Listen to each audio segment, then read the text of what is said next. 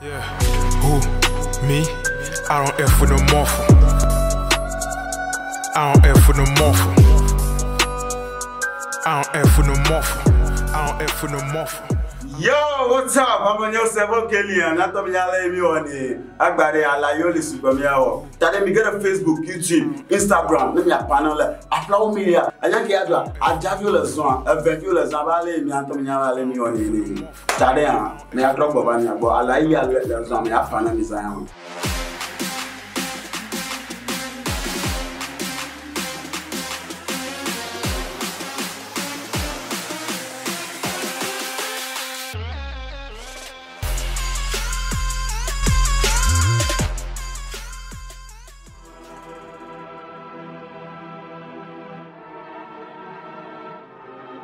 West. Yeah. Make a move, make you know the slow. Hustle for the dough, nigga look. Wish your brother good, know the chop alone. Magavon, I love on your code. Me love one G-code. And no matter what, my holy milli, with so we go blow. Make a move, make you know the slow. Hustle for the dough, nigga look. Wish your brother good, know the chop alone. Magavon, I love on your code. Me love one G-code. And no matter what, my holy milli, with so we go blow. You ask for help, they put the phone on speaker, yo. No matter how long it go take, we go see the grace. Yo, Charlie, welcome back to the show one more time. Versus Sevo on Upload Media Platform. I'm you, and I like it. Over a job over van. Global adjust over Passere. Nobody said I won't do I'm all Sere cover. Attends de lui, tu vois, il va blader. Kidney-toi, t'es quoi? Amo serré, quoi. Ok, amo serré à visiter au club vers la zone, le Kandi, la zone. Quoi, à visiter. On t'a besoin. On t'a besoin. On t'a besoin Kandi. Il y a un movie, play chez moi, quoi. Éco, Night Asa. C'est comment? Night Asa, je veux, on va dire ça, il va 20 ans de return. C'est comment? 20 ans de return, 20 ans. Bah, on t'a fait, on va dire, on va venir la zone. On va dire ça, après, on t'a fait, bon. Va, bien, on va passer à on va la à Boindomi, à Dogoa, Baya Windomia, et qu'il a Dopoga, a Caripoca, Cavacha, Ishaman. Yeah, a jaya, a carried up for man, a jam deal. Okay, I can jam at the one even a quarter van. A quarter van. Oh, a quarter van, a van carry a jam, choose on Vane, Nea, Papa Gama, and the Yala, Yamadumia, with a few bossy, we are celebrities. So, my I'm buying the Yavago, no, when I tell my master, no. Yeah. Bray, Malakoto, Yawen never venerable old. Evan several called Jevenema called by Indomia. Malayo, Pico. If you have a toyo, you might Jaja, you might pass it. Oh, Malayo, I am a Yajaka, Jana Pico. Him draw several account. Okay, to see the Levinia. My bombina, the man, zone. That to see a comme la troco chezon. You can never Indomie where na Indomie when I'm a ton. Anyway, na that 30 minutes 30 minutes for pass through. As you go to Indomie 30 minutes there. I'm a ton. Was over booming never 30 minutes after me abo. Why come Madufma in 5 minutes? But never a carry a jamado. Azagoma, a jamado, that you want to chase on. If you come on, to tell a pick up area, a matter chase on. Oh, forget to my true account. Oh, forget to my true account. I come up who carries a car. Oh, never come a pole anywhere. I pare as you let go. I drop over a daddy, let you do. Me pro come alone and pour a colonna. Alors, au fibre, 30 minutes, au débat, tout le activité. Voilà que toi. Il m'a dit, à le fil vers l'eau, elle vient les filles là, ciao. Il peut venir maintenant. Il y a des manières de issue à ton. Que ne veut à Janton, toi, il n'y a pas d'atari. Oya desron. Obeshe nu kawa. Abruto bwana wanka. Obeshe nu kawa. Oya kwa shidi adalo. Alonga mi ro lab. La jimuntoma. In 3 weeks, in 3 weeks, she's supposed to get married. Okay,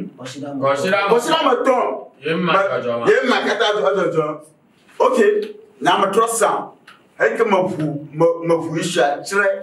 Oh, you might try buyer. My son, I don't know anything. I do like I don't know anything. I go back. We are close the door, but silently. But don't you voir? Sam, but when I time when you're going, but try you there into me. But try to come over money. Now I travel zone. But try calling to me and over. Oh, now I'm a bolo up for 30 minutes. On time 30 minutes where you that. I just talk about silence 30 minutes.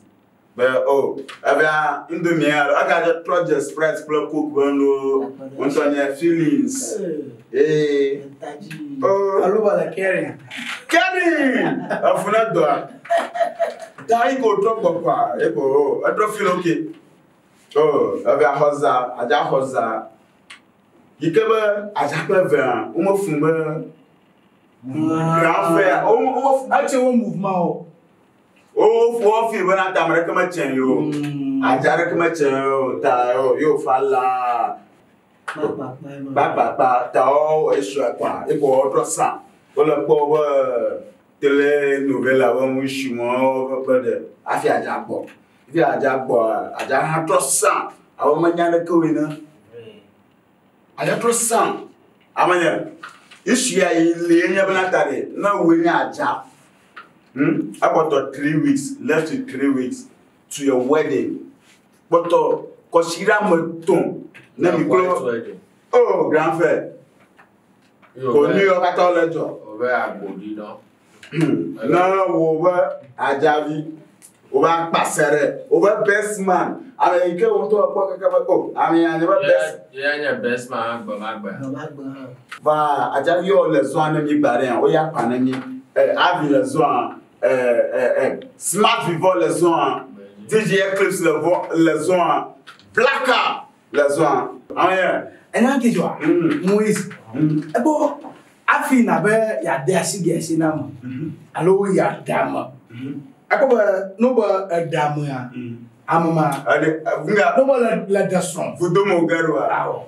Ni agoma la re a. Oh, never na. Apa wo so ni ma wuri. Oh, I mean, I no one I call no of an over for the rest of your life. I'm my Yakobo Domo. Pray. In your kitchen, pray. Mother of your children, pray. There's some special love you have for that lady. That okay. No matter what happened, sir. Over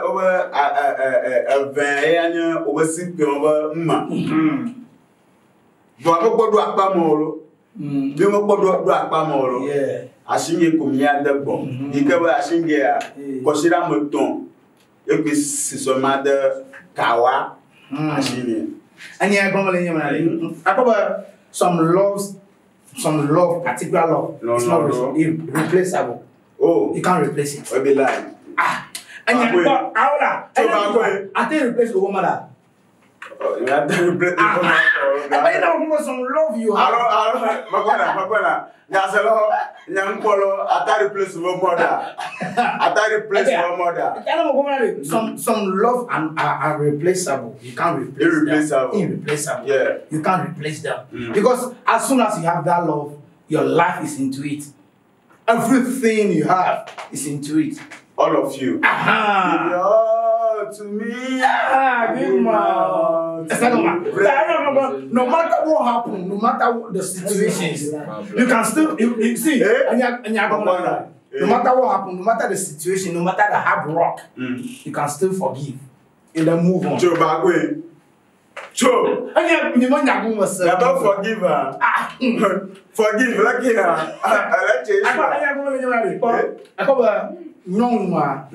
sometimes that she's part and parcel of you. Yeah. Mauba would then to Arama. You never read the car. Coffin woman. You're from Amato, oh, Nantua, but you're from Amato, Nantua, or Nankoi. Mamma will not go your mom from Amaba, your from Amaba, I go on to Nankoi, down Chanton and Cover, woman. Sami. Fresh of my born now. Oh, Blacker. I'm a father. Imagine that you meet that rib, that missing rib. That missing rib. No matter what happens, you forgive. That missing rib. No matter what. Salaya, ribali. Aha. The cat to them. Why go? Let's in the call. Oh, I'm a big boy. I asked her, but missing rib. Aha. Tano, and you're going to I'm going to job. Any one missing rib blow. Okay, I'm your woman. Allo banto. Awo, san. Manyaba awaja ba cheyo. Tani ma susumia. Ma susumia. E ma chemu vana na ma. Ko kefia. I got some secrets do are. I'm a married man. Oh no. But story. I got I'm a married man. Some secrets do are review after marriage. After marriage. Because ladies do are something's happened. Mistaken. Unfortunately. Accidentally. Coincidentally.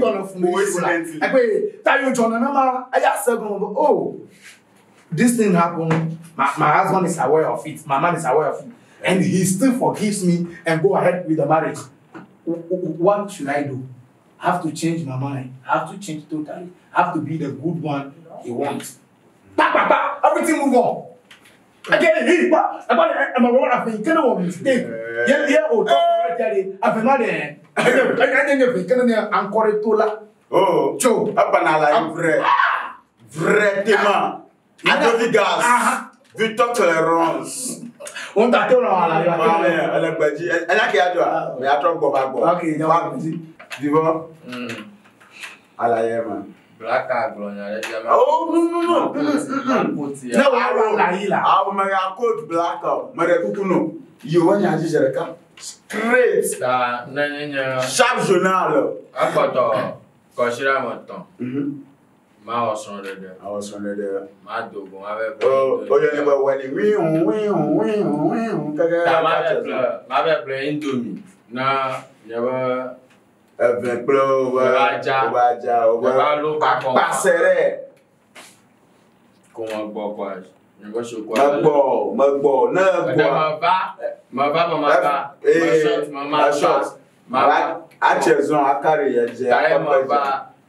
micro. Blenya banya do afi na me aba explanation we query. Na nya jama. Ye mate toji. Bo nyom ya mo ma da no ma ta shigena. Le koshira ton. Ikabanya ba akpasere ma nya bo strong ma. Ma kareji gbiri nya kun mo dogo. Ye ma boko a ma ba. Alele micro. Ma tesan jo na ma tesan jo be ba ezagbo a. Asron de maji ga wanya manya sron de lo. Oh. Bagwe. So bagwe ben pantan ajali. Ben pa ajali. Azon tan ajali. Ta yena bo do dra o ma. Mo je bo do dra yo. Anya kejo. Alaye ke mi play for me when never no sex until marriage. True.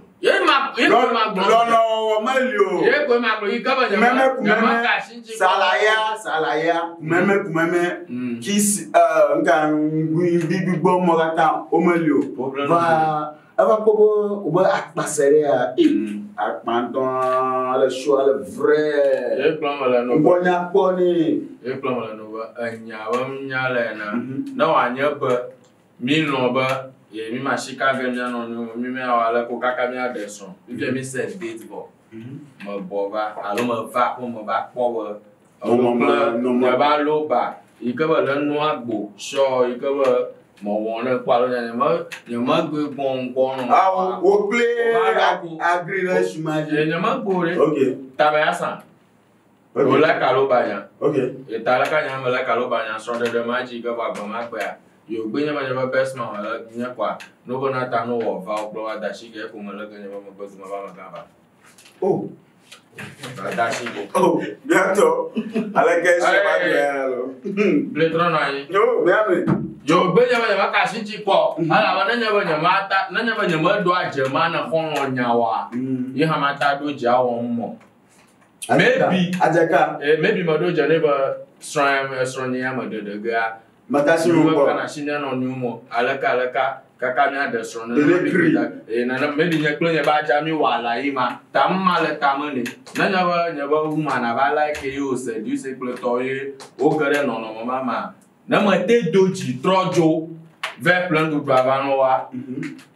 Ka strong de gbe amo bo nkuma. Amo do ma kwa. Nanya me pretend aba. Boya. Wa kwenye nyaba best Sege. Yaba. Boya. Ashige de do kwa amaga ba dem nyana na no kama. Mada banyo dia bufa galeja. Na ba dem nyana no kama. Amaga kama do. Onu aguni, ole mikro ni na ba dashige. No, vale, anyange ya do. Apa aventure ya. Avenlo. Dashi No, na dashi kwala. Avenlo. They love you. The woman they love you. Fi kolona. Oh. Abi be agodi do. But I love you with in soul, in body. You come ma peg nko.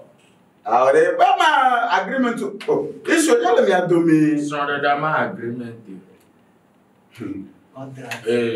Ma agreement. Da afeba yasa. Na ye magbe san, magbe te doji be plan du avanu gbe bua. Wa ya is stronger than No. Vivant, ajebe ya agronomy be. Afeba na onya be ye chen. Ba ma gbe stronger gbe. La church kwa ma. Oh, you gaba do coach. Yes. Hello, coach. Yes. Oh, we best man hello. Mi ya wa coach amaga ba no go ma. Mi ya no process amaga kana gbe do va over time. Blow agbe da shige kwa. Amaga. Chale. Overtaking is allowed. Chale, ya won follow viewers chale. Ishuma ya kondolo. Over the way ma gama there.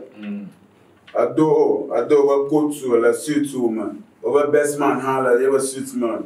Over fan to hala you unto I flow ishuma ma lobo. Over do like wa throw some. Gama there over Jamia.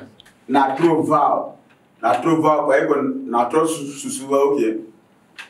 Osofo marapu ala dito mapano. Na me akpo osofo na nyi gbonya. Anya ka ma gbogbo ma gbade na bia. Yekwe ma. Me bia gbo osofo gbo. Oh. Na ma ti o. Okay. Da eko na ya chen o wa ajale o ma lo baba. Aya o gbe ba ma gbe kwa shige ala ka ma gbe dene kwa. Na ma gbe le bien ba shele ka kwa. Na ma tro ho wonya gba surprise. Wow. Hey, amonye. Wow. Ba de shego mi lo. Jale moment ma nya ko. Bravo. Nabadi, ada ka gbo ma gbo. Na mo gboro ba. Okay. Na mo ojo kwa. Lepo yeba ajabi ayo yeba apase sere ba amanye. Akpo gbare yan.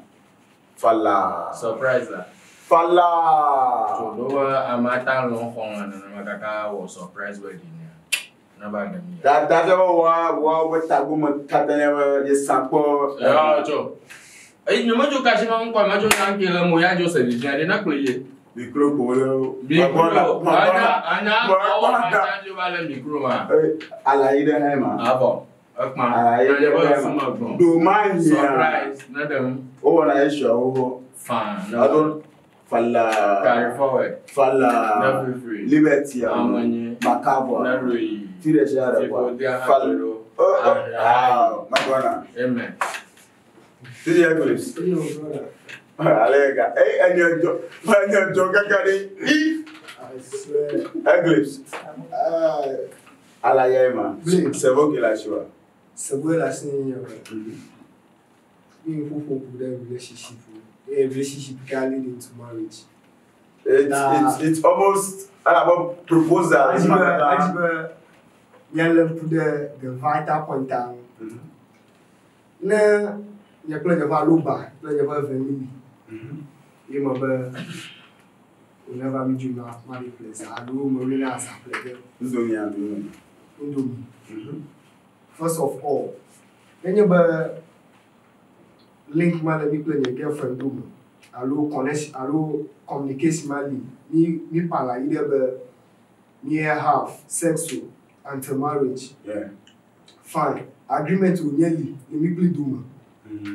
Now, an agreement malia, Ajibanka, Makon ha, the way I am, Ajibanya ha, Mako, comport the relationship ha, Mako figure in where it's leading to.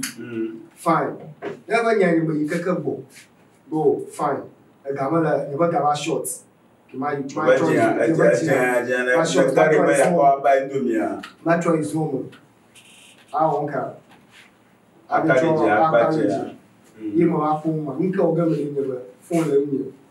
will just relax. I record for evidence. Oh, for evidence, yeah, for evidence. No evidence. Relax. No evidence. I know where I'm standing.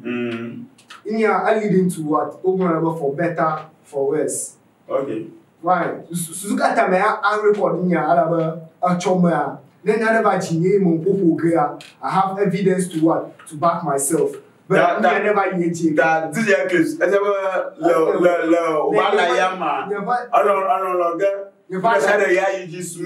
relax. Consider is a long way to go. It's a long way to go. Monday, Tuesday, Wednesday, Thursday, Friday, Saturday, Sunday. It's a long way to go. Blade. It's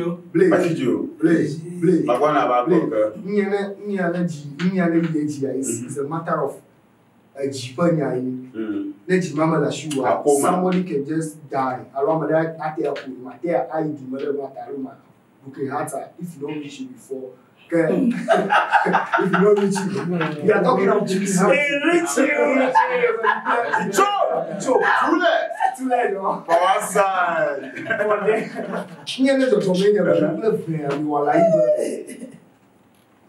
Where do you go? They never chill. My son, all when you go, my son, Mama G go here, watch your paluba, and she found ya. Then I'm going to record, my adult my record. I got told to go. I have a place, I go. For one can get your wedding now. I cancel. Now I come back to go. I'm gonna I'm in the shadow. I will just badge. No, you might do Jimaba do Gubenka. I will place over. And you am growing instantly. Never record her instantly. Talk her. I'm ending everything. And I'm going to say, never to go hang at trouble. I still have the recording. Wedding is cancelled. Because never job when your bedroom mommy you. When your bathhouse, allo bathroom. Okay, oh in the bedroom. Just no. Oh, bedroom. Then your bedroom. I go connection na oto when you another ko nyekwa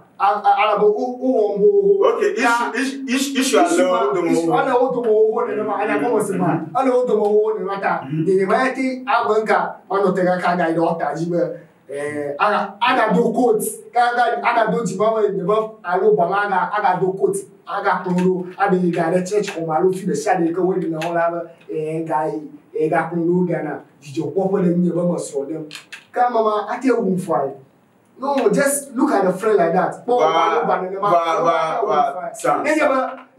affair never affair e mo ngo mo no ni kala ni play for do make nye obi na banka at times nya no nka nya ba amoyo de dem test nava aya go mo se ba e relationship ma trust issues na fumaro no ha la fumaro that never do the way you trust over FM over aloba e na glow the song akpo banka connection ma lo do water the only thing now when you come, just back off from everything.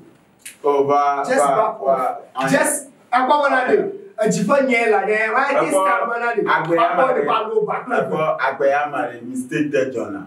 Not only before I just in the car, I make a I spend the rest of my life with my lifetime with you, remember, for better, for worse, for richer, for poorer.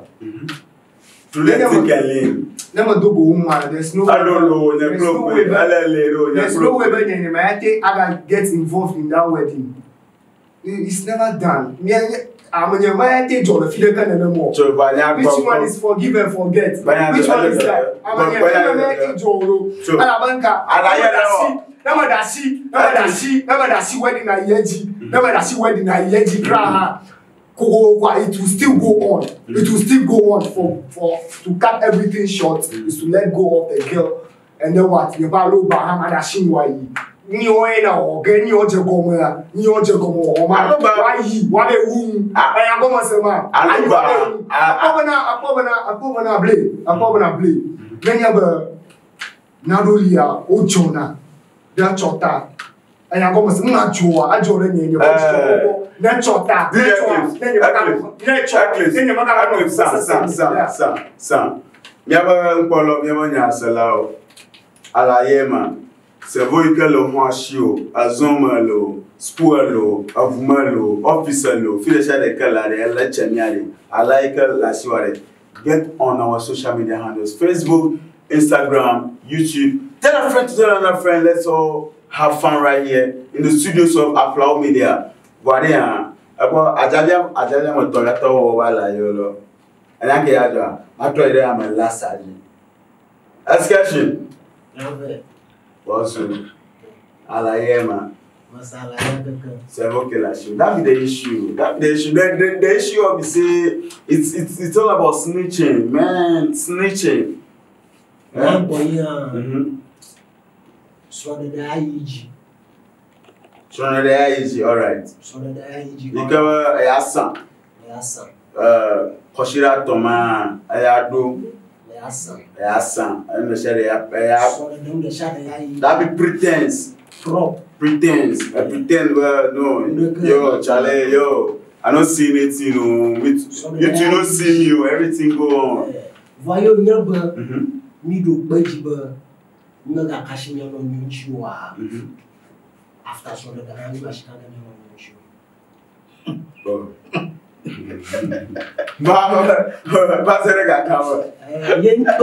Yento the attention.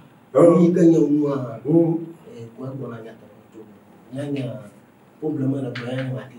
okay. Ayasa.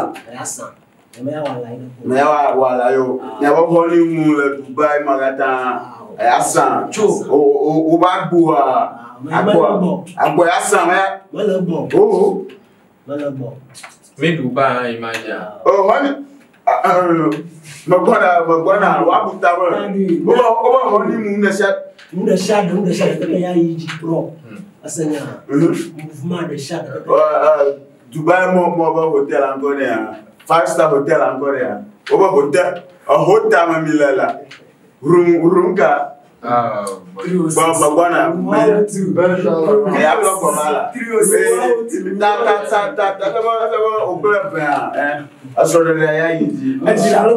wedding go on, everything go on proper. Sir. Yo never. You can't balo born show me but me on pa. Me born as me on that possibility but we have one on you. Still after Australia. Still yes after Australia. Okay, I'm movement there. Mabona. Wa I like le nyabanata de. Australia don't have it's for better for worse. Ayasa bonya. Me move. Okay, like 1 year. 2 years after I can't have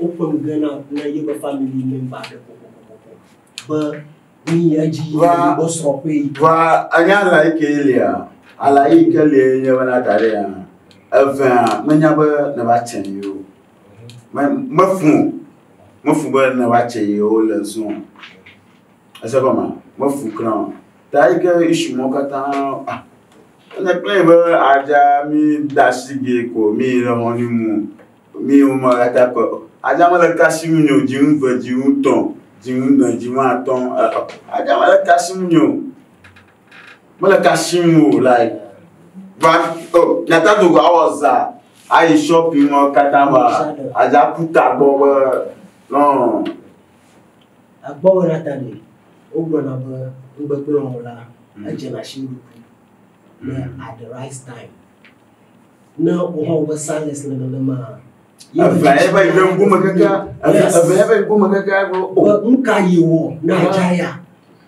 alaka yo pat yoga close yoga on a movement voa malashi yo yes malashi grand asa go nya bonya so le ayi ko da vranda va nguma kaka ko aja awa chendo awa funendo awa nyaba issue da yi kai mo ya ikaba accident o nya jo kana wona na ma ha nya valia ko asaga wo aja o wa pa ya me afun ala issue ma ya me communication lo pa pe fe do mo ala yi kala yi je nyaba accident o nya jo accident no abu accident jo ade ro dama na onya grande accident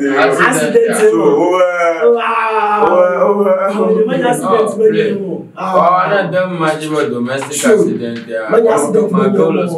domestic accident aja apa accident apa moto Babona la ala ino mo ada plamo mama tan accident o me bon anya me joa ale ko te doji ko me kono ba no da kashina mo shuka kaka asoda na me akuma le nyama ve ko suggestion na ama nyama ve church home okay fine nyama ve agree doji na ma ha Mabola or movement man. Oh, body, guru body. Oh, sorry, Madela. Oh, me pro, what? Oh, you have a choir stairs. Okay, you wanna judge. Oh, me. Hallelujah. Eh, Bajina Angelina. Amania. Vraya tawa yasa isha kata ya yiji ka ikebe to yawa yinguma asamo abaja ya afuna miro ka leta ikebe amen eleka ndimotela takata mazoleji ikebe anyabara ta nanema asan po ha Nicola va mi mala wo meme mi mala on pa mi mala da isho aka ana pa no aba ja ton afunisha ikaba boya aba ba ise ala ya last la no va open kwa trade ai o plan ja continue ma mela yi oh grand-mère que je gbogbo ya azan agboro nata jogo na ja una mi nya nata ofofo a ala oshi oh dada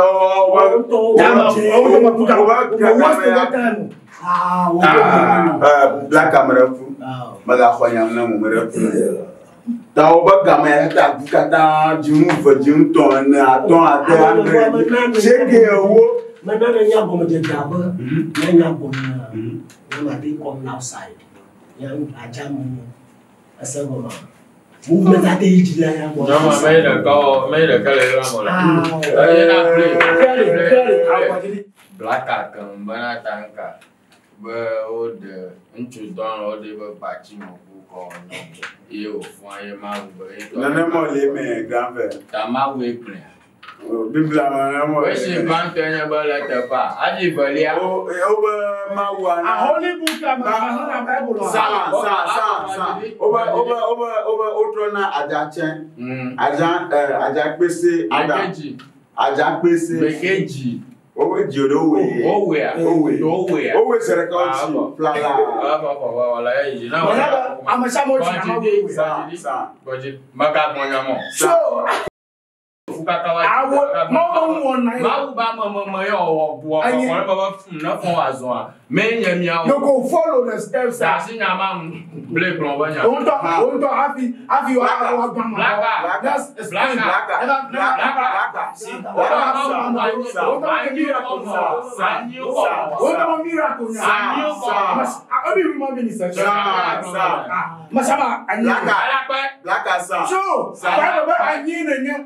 I believe on you, I never believe it, believe down. I see you come over. Remember Quado level. Black American level man, no Quado level. I like a level over Adavi PC, grand-père. Oh, grand-père Adam, my son, Adam, grand-père. Malio. Okay, sir.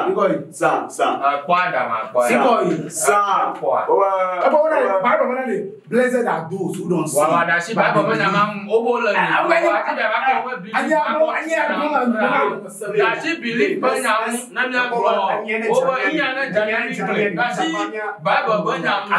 Okay, Moses, I'm moving. My carry story at man. And I'm getting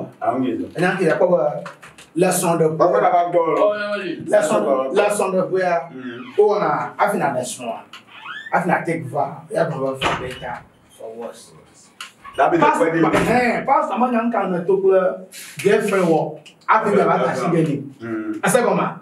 Ina umlo quote adadi do. Pastor egbomo quote do nyali chobro market but for better for worse. Blama 2005. Nyamanya kakamu chegom. 2002. I can't. But I got son de Bella Niqua. Thank you for son de Niqua. Totally. Imagine when the son. Yeah, unfortunately, so about to quarry.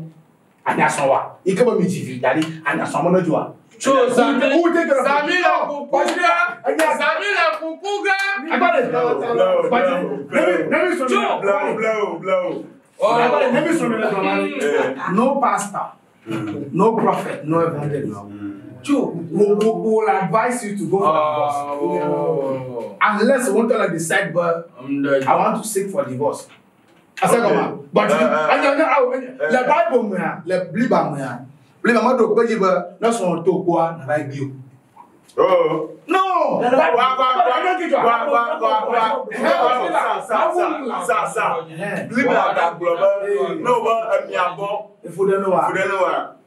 Aha! I got in the salary of Masalam.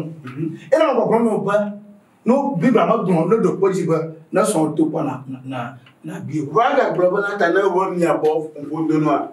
And I'm getting your above for the day. And you want women, and you have no money. I never am a form of attesting. But I'm not no idea. And I'm okay. Oh, great. And I'm okay. Agape love. That is the missing rib. Oh, I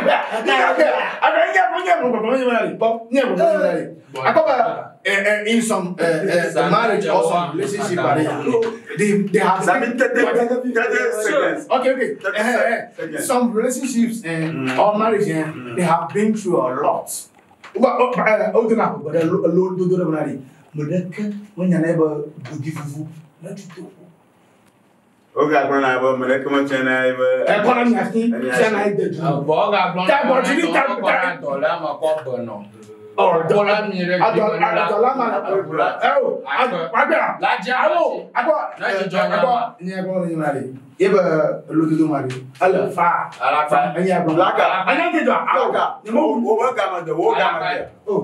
ala ya katala ware ya ya ba nya solo ala ya so o mo le mo avant de go perfect o global ba o l'activité même et activité ma mo ni o le micro aya ko se ma activité mo ni one marriage et for better for worse anya banka certificate ni asan nde shade ya yi marriage certificate then you a choma mistake there is either banka nyonga na over 50% allo yeah over 50% allo percentage di kama nyong dia ho gaklo let's look at that point and I'm almost about let's look at that point I tell you banka sebla lo planka allo ba to mo na nyaolia you just wait burning kalo de son voir que confusion là quoi que a break up a divorcing que a ba den kale pa lo ba mi no mi le to the man chi bi ni de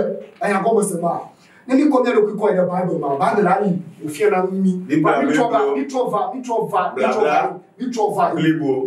le kwibo ni na chocho ma ba le e ba ko na ko se ma eni e ba nka ni ba agreement man when you go agreement more can na mistake dem a jona choma e ba ma ni ma blow alarm shi de ko ma stop ma shi de ko na ba jona choma gbere whom maka blame gamele maka no the visually fine visually me ida me da shi so the down mo wa yeji ina da ba cho e o nya banka ye ba strong ni ke me de me ko ba activity do ba yeji o nya banka wa divorce okay sir sir my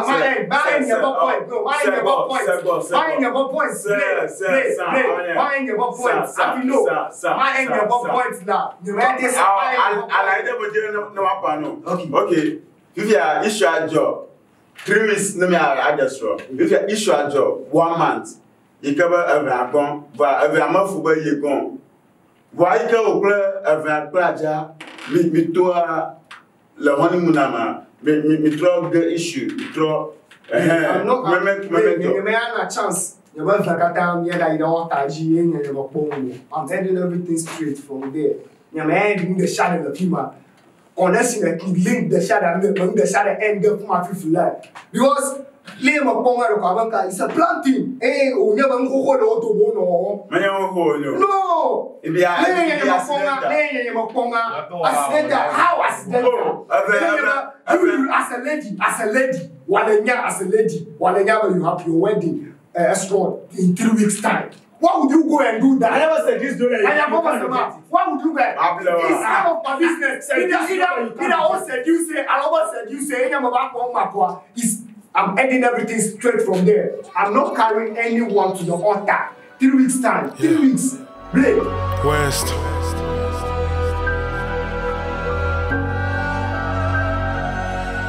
Yeah.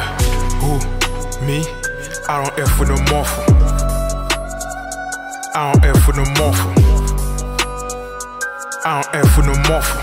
I don't F with no morphle. I don't F with no morphle. Who? Me? I don't F with no morphle. I don't F with no morphle. I don't F with no morphle. I don't F with no morphle. I don't F with no morphle.